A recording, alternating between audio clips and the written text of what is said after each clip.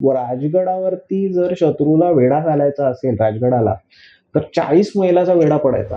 हीच तर मोठ्या शासकाचं दूरदृष्टी आहे, की त्यांनी इतिहासातून शिकून पुढे आपण सुधारावं.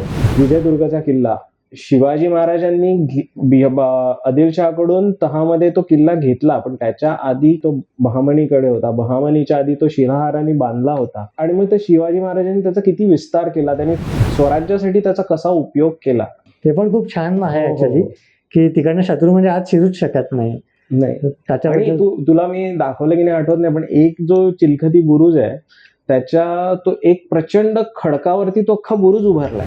ते जंजिऱ्याला पण कळतं ना, लाटांनी तो दगड असा आतमध्ये गेलाय, पण त्याच्यावरचं जे चुना किंवा जे त्याचं बाइंडिंग हे आहे ते अजून तसंच आहे. नळदुर्गच्या तोफा पण खूप आहेत. जंजिऱ्याला ती कलाल बांगडी तोफ आहे, आपण ह्याला पण बघितली ती बांगडी तोफ विजयदुर्गला. पुढच्या पिढीची जबाबदारी आपल्याकडे पण येते, की आपण त्यांना काय द्यावं. म्हणूनच हा पॉडकास्ट आहे.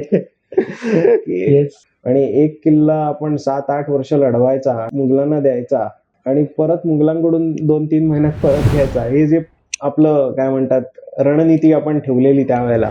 त्यामुळे आता जी आपल्याकडे जो इतिहास आहे तो रायगडहून बाहेर गेलेल्या पत्रांवरती आहे. रायगडवरचे मुख्यतः पत्रव्यवहार सगळा खलास झालेला आहे आपला. संभाजीनगरचा मी देवगिरी बघितलं. देवगिरीचं तर त्याचा एकच त्रुटी आहे माहिती आहे त्या किल्ल्याची, आणि शिवाजी महाराजांनी ती त्रुटी आपल्या किल्ल्यात ठेवली नाही. काय?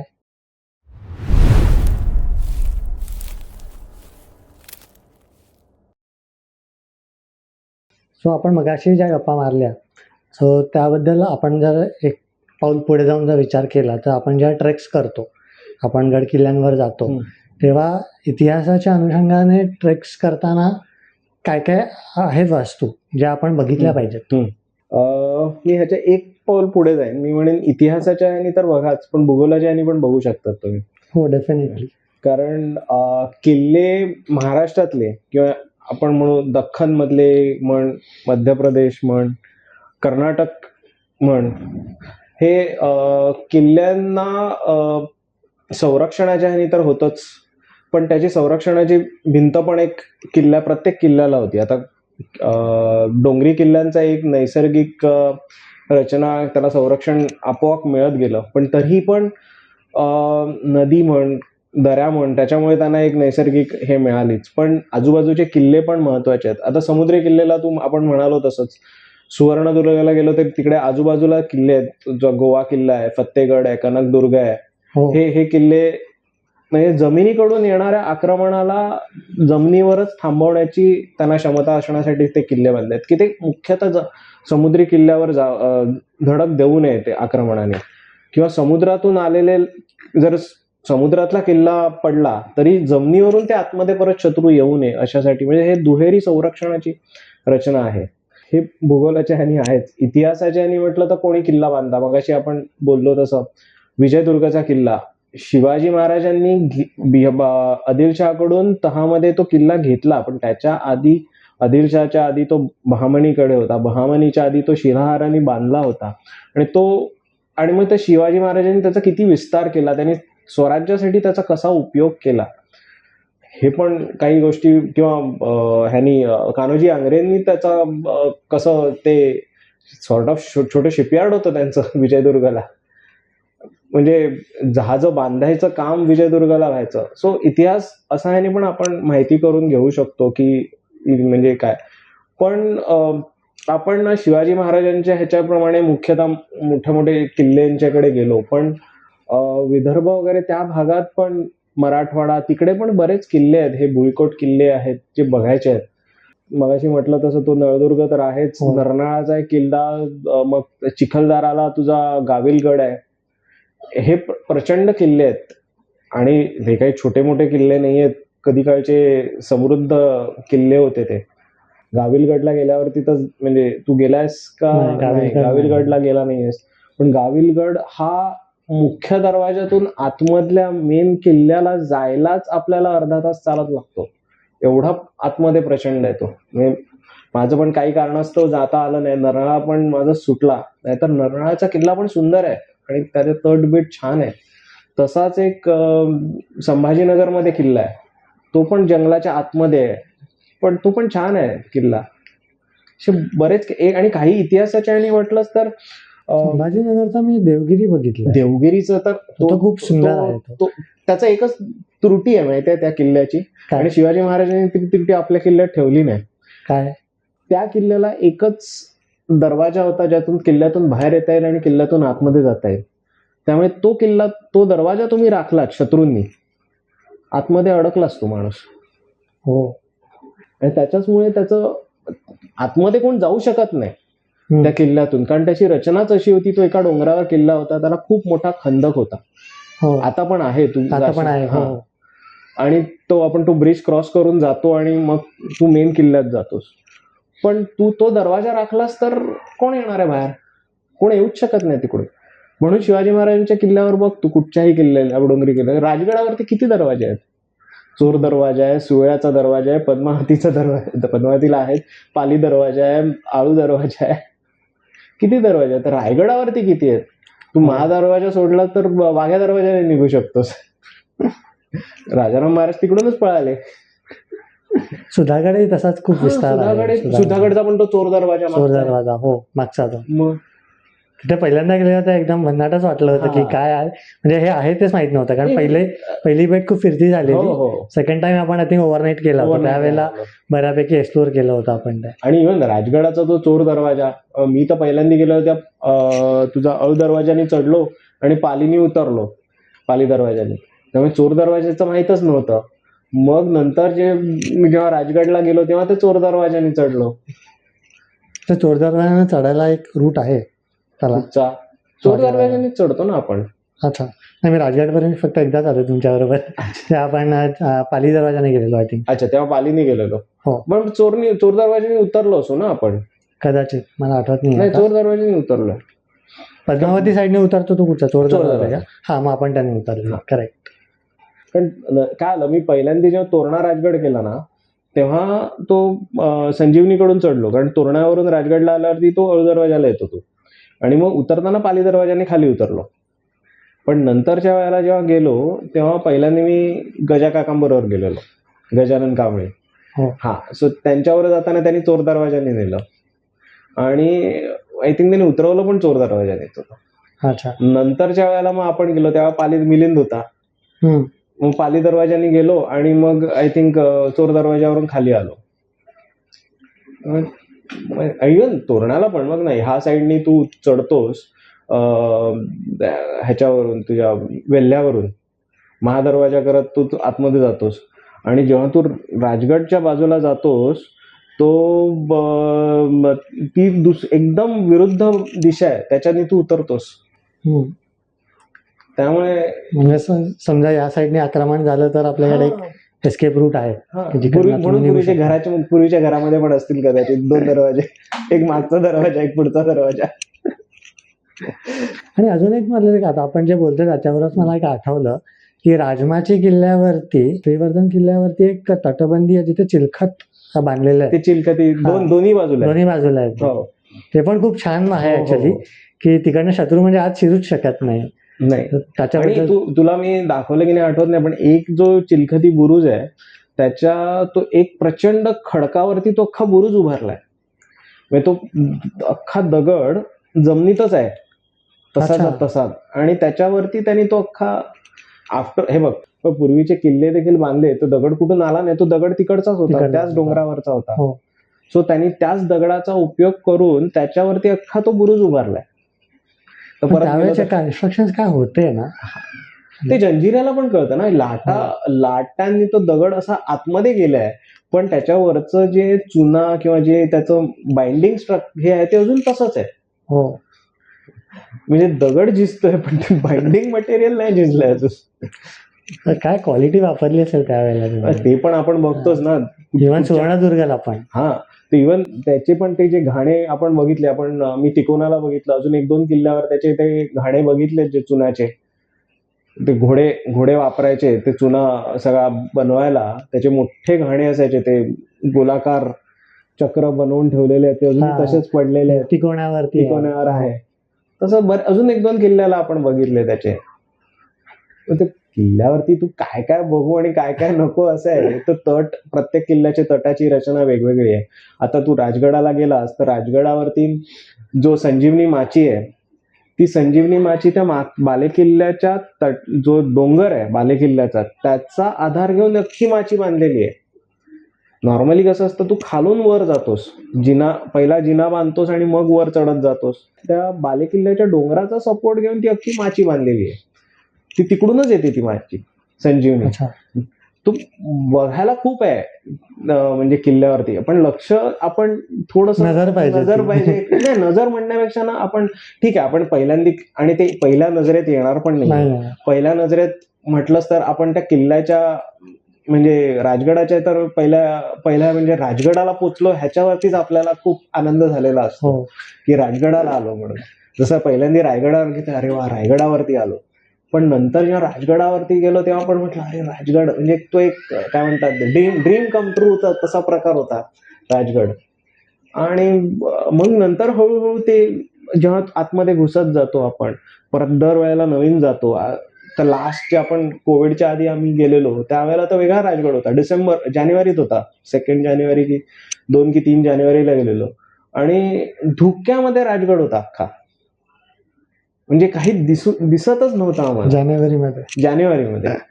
म्हणजे ठीक आहे, पावसाळ्यात आपल्याला असं दिसलं तर आपण समजू शकतो, पण जानेवारीत धुक्यामध्ये राजगड होता. Actually surprising. हा, पण छान होता तो. बघायचं खूप होतं कारण तिकडून फोटो काढायचे होते, तोरणाचा फोटो काढायचा होता, बरंच काय काय बालेकिल्ल्यावरून. पण नाही जमलं, धुक्यामध्ये मिळाला राजगड. बालेकिल्ला सगळा धुक्यात गेला.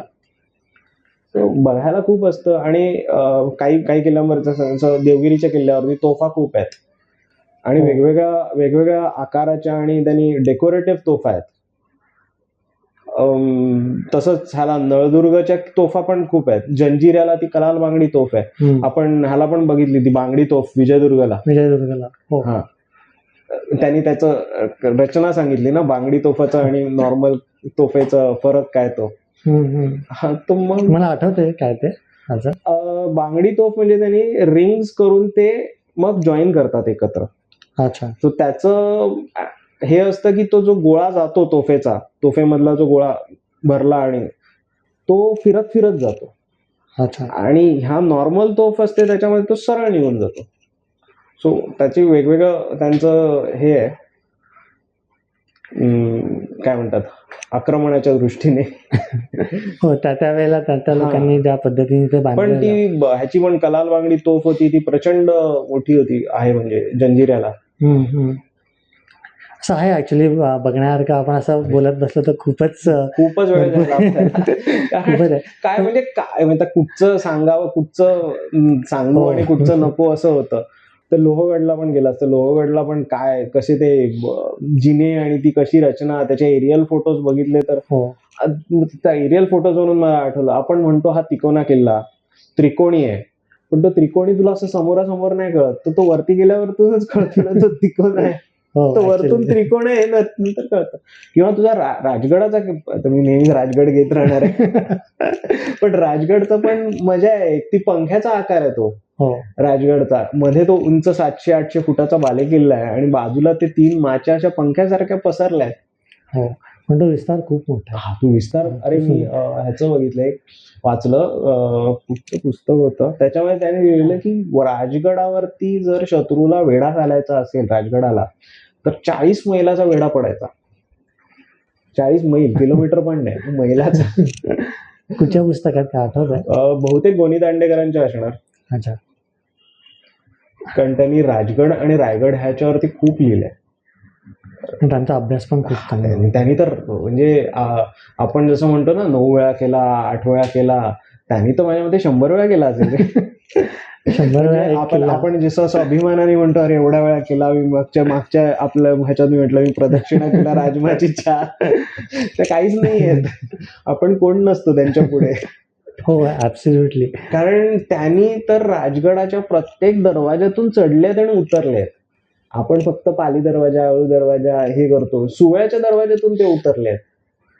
ओके. राजगडला पण भरपूर झालं. राजगडला शिवाजी महाराजांनी त्याच्याच इतिहास, शिवाजी महाराज इतिहासातून पण बरंच काही काही शिकत, त्यांनी पण स्वतःचं हे वापरलं ना. तीच तर मोठ्या शासकाचं किंवा राज्यकर्त्याचं दूरदृष्टी आहे की त्यांनी इतिहासातून शिकून पुढे आपण सुधारावं. बरोबर.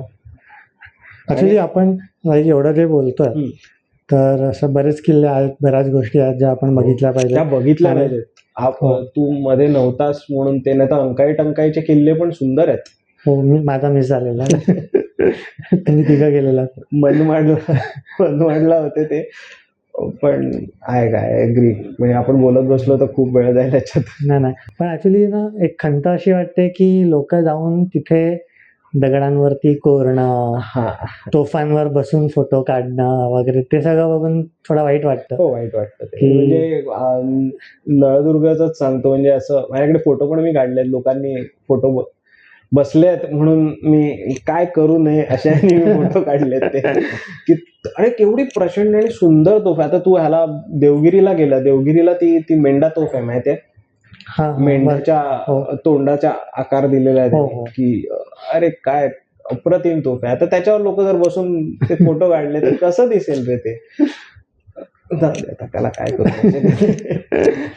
पण थोडंफार मला असं वाटतं की तो एक थोडा सिव्हिक सेन्स चांगला असा बनला पाहिजे लोकांमध्ये. ते सिव्हिक सेन्स काय म्हणतात ते, कॉमन सेन्स सारखा भाग आहे.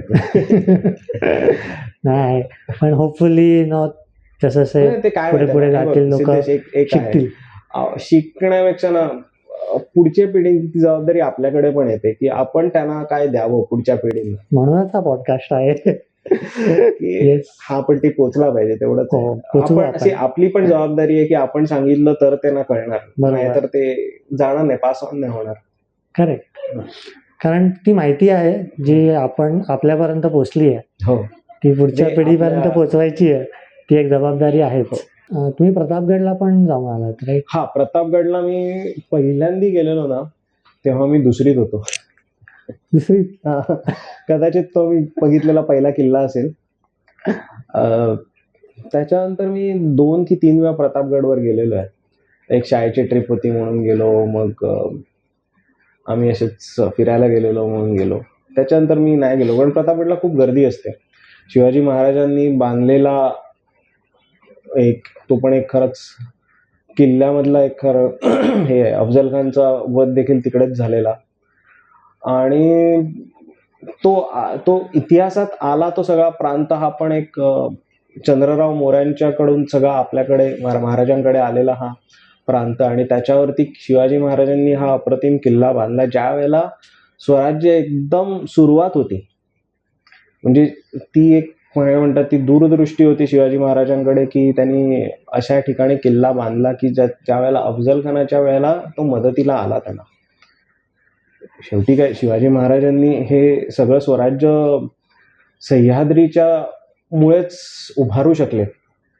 सह्याद्रीचा खूप मोठा आधार त्यांना मिळाला, कारण किल्ले नसते तर कदाचित शिवाजी महाराजांनी वेगळं काहीतरी वापरलं असतं, कारण ते स्वतःच एवढे काय म्हणतात असामान्य बुद्धिमत्तेचे होते.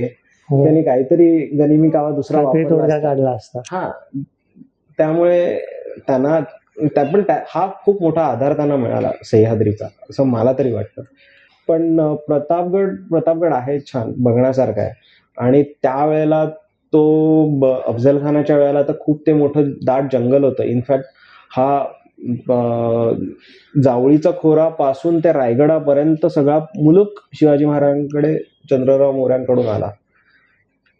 कारण त्यावेळेला तो रायगड नव्हता, त्यावेळेला तो रायरीचा डोंगर होता. नंतर मग त्यांनी त्याला कॅपिटल बनवलं. जेव्हा मग सुरत लुटली, तो सुरतीचा सगळा खजिना रायगडावर ओतला गेला. आणि तुम्ही आता ते सुरतचं म्हणाला, त्याच्यावरून आठवलं मला की सुरत जेव्हा लुटलं होतं तेव्हा आय थिंक, म्हणजे जेवढं मी ऐकलंय त्याच्याबद्दल सांगतोय की सगळ्यात पहिला तो तिकडचा खजिना लुटून साल्हेरवरती ठेवण्यात आला होता ना. हा, साल्हेर जवळचा किल्ला पहिला, पण तिथे ठेवण्यात आला, पण तो जास्त वेळ नाही. तर ते आय थिंक साल्हेर स्वराज्यात नव्हता त्यावेळेला. अच्छा. साल्हेरची मोठी लढाई पण झालेली आहे. साल्हेर मुल्हेर हो, हो. त्यावेळेला आपल्याकडे होतं, तर मे बी तिकडून पास ऑन झाले.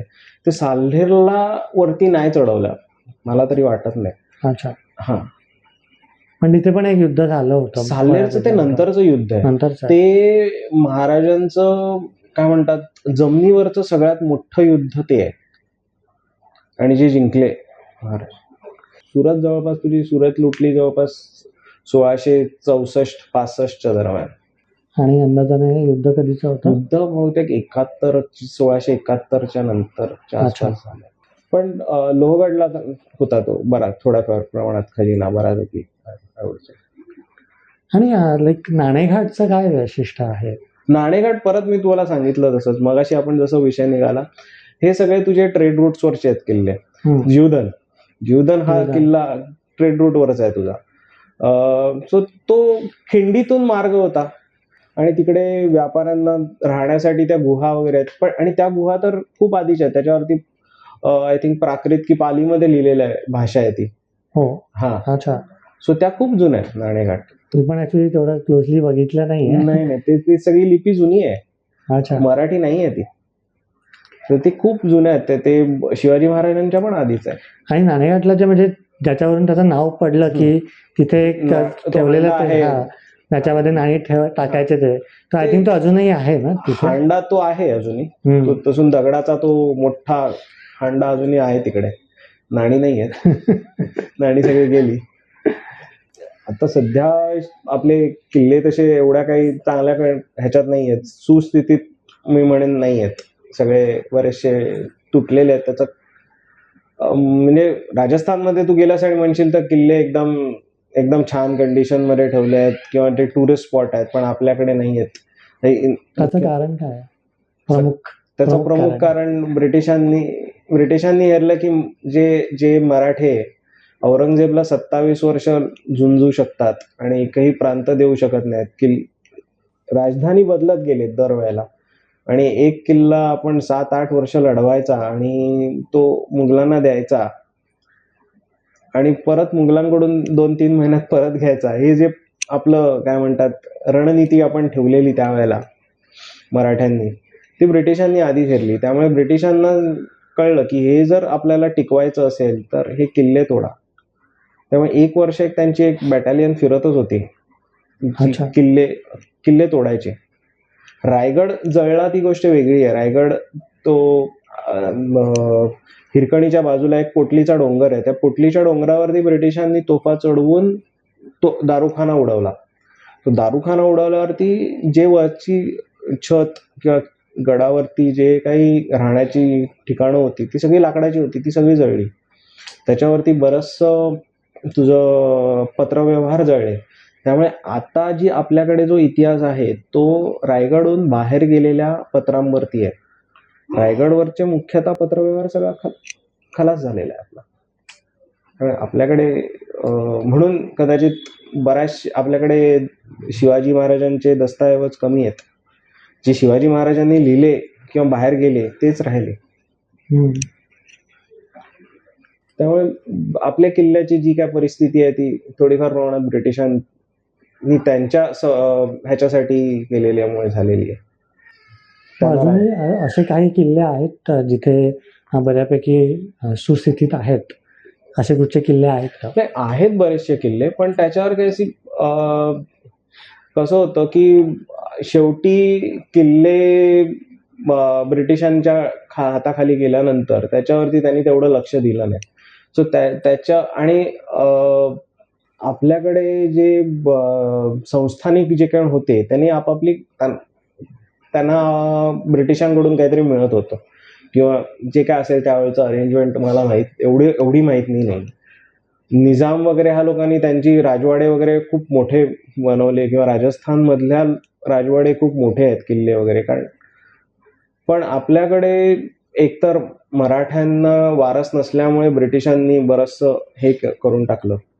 साताऱ्याची तर गादी गेलीच जवळपास त्यावेळेला, कारण त्याला वारस नव्हता. त्यांनी सांगितलेलं ना की तुम्हाला वारस जर मुलगा नसेल तर ते ब्रिटिशांच्या हात जायचं. त्याच्यामुळे ते पेशव्यांचं पण तेच झालं. नानासाहेबांचं, बाजीरावचं बाजीराव दुसरा जे पेशवे होते त्यांना मूल नसल्यामुळे पेशवेपद संपलं. त्यांना जी पेन्शन मिळायची ती बंद केली. म्हणून तर नानासाहेबांचं आणि सगळ्यांचं झाशीच्या राणींचं काय झालं तेच झालं ना, मूल नसल्यामुळे त्यांनी दत्तक घेतलं. ब्रिटिशांनी ते मान्य नाही केलं. तर मग हे हे लोकांनी बरेचसे लढण्यामध्ये गेले. मग ह्या सगळ्यांकडे बघणार कोण? आणि हे सगळे किल्ले ब्रिटिशांकडे गेले. त्याच्यानंतर मग त्याच्यावरची जी काही वास्तू होत्या त्या सगळ्या मोडकळीस आल्या आणि पडल्या. त्याच्यानंतर मग किल्ल्यावरचं जे काय होतं ते तर ब्रिटिशांनी वाटा तोडल्या किंवा तट तोडले, त्यामुळे त्याची थोडी सुस्थिती नाहीये. तरी त्यातल्या त्यात मी म्हणेन, आता तू नळदुर्गला वगैरे गेलास तर तिकडची, किंवा आम्ही धारूरचा किल्ला जो बाहेरून बघितला तो बाहेरून तरी तट वगैरे तरी सुंदर होता. म्हणजे असं कुठे वाटला नाही की तट मोडकळलेला आहे, तुटलेला आहे. आता जंजिऱ्याला देखील आपण जातो तेव्हा जंजिऱ्याचा तट सुंदर आहे. हो. आतमध्ये का नाहीये? कारण आतमध्ये कोणी मेंटेन केलं नाही. आणि जेव्हा ते गाव अख्खा जंजिऱ्यातली जी वस्ती होती ती 70च्या आय थिंक दशकात त्यांनी त्यांना तिकडून हलवून मुरुडला वस्ती बसवून दिली. तर त्या लोकांनी त्यांच्या घराच्या दरवाजापासून सगळे उचलून घेऊन आले. तर उरलेले स्ट्रक्चर्स राहणार नाहीत, ते पडणार ना. त्यामुळे बरेचसे असे आता तिकडचे तलाव बिलाव पण कसे किती वाईट कंडिशन मध्ये आहेत. ती शेवाळा आहे त्याच्यावरती आणि ते साफ करायला पाहिजे. पण ते कोण आता एवढं पण आपल्याकडे अजून तेवढं काय म्हणतात, तेवढी मॅनपॉवर आणि बँडविड्थ असायला पाहिजे. बँडविड्थ, मनी पॉवर सगळंच पाहिजे सगळंच तुम्हाला. पाहिजे. कारण एवढं डोंगरावरचे किल्ले साफ करणं आणि मेंटेन करणं खायची मेहनतीचं गोष्ट काम नाही. आहे. हो. तू ह्याला अजंठ्याला जेव्हा तू जातोस तेव्हा अजंठा तू बघितलंयस ना, हो हो. अजंठाचा जो जिथून ते अजंठा लेणी शोधल्या गेल्या तिकडून तुला जर तो पूर्ण हॉर्स शू व्ह्यू दिसतो. पण ते हॉर्स शू व्ह्यू दिसतो त्यामुळे तुला कळतं की समोरचा डोंगर केवढा आहे आणि कसा आहे. पण ते पावसाळ्यानंतर प्रत्येक पावसाळ्यानंतर ते डोंगरावरून ज्या येणाऱ्या वेली असतात किंवा जी काही झाडं वाढतात ती त्यांना काढायला लागतात. त्याच्यासाठी एक माणूस काय मेहनत घेतो हे याचे फोटो मी बघितले. मला सुदैवाने कोणीतरी एकाने दाखवले ओळखीच्यानी. तो त्या दोरीवरती एक हात आणि एका पाय पकडून ते वेल ओढत असतो. ते कसं करतो? ठीक आहे, त्याला कॅराबिनर लावला असतो, त्याला सगळं प्रोटेक्टिव्ह काय जे काय असेल ते करत असेल तो, पण तरी पण ते मेहनतीचं काम. म्हणजे हे पण मी लास्ट 10-12 वर्षापूर्वी बघितलेले फोटोज आहेत. त्याच्यानंतर आता काय नवीन केलं असेल, शिडी लावल्या असतील तर माहित नाही, पण इट इज टू रिस्की रे ते. थँक्यू. आपण पुढच्या एपिसोडमध्ये आपण गप्पा मारूच अगेन आपल्या एकदम आवडत्या विषयावरती. या कहाण्या होत्या त्यावेळेच्या, त्या काळातल्या, त्याच्याबद्दल आपण थोडंफार बोलू. So thank you so much. Thank you.